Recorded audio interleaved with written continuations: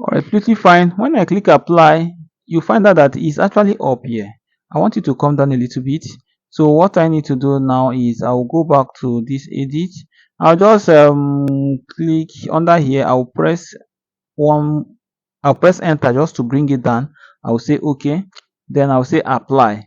Automatically you find out that that balance is within the center of my page now. So I can now go back. I will say okay because I'm done. This is exactly what I want. I'll put the two logo. This one is on the left side client logo, right side contractor logo, center the title of your project, and this is now the project schedule. So I will now come here now.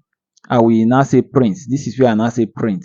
So if I do print, it will bring this out. I'll say okay. And what you will notice, it will not take me to where I will save it. Okay. Then I'll check the desktop, right? And I cannot type the name I want to use. I can say schedule. I can say schedule for decommissioning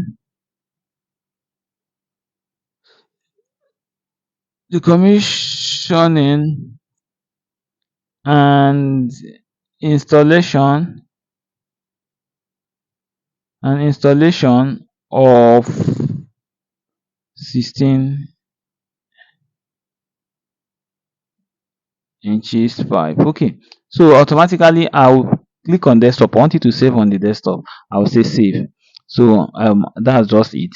So when okay, say this report printed, I say okay, I can now come back and say cancel. I say close. It will take me back to the schedule. I can minimize this schedule, go to my desktop.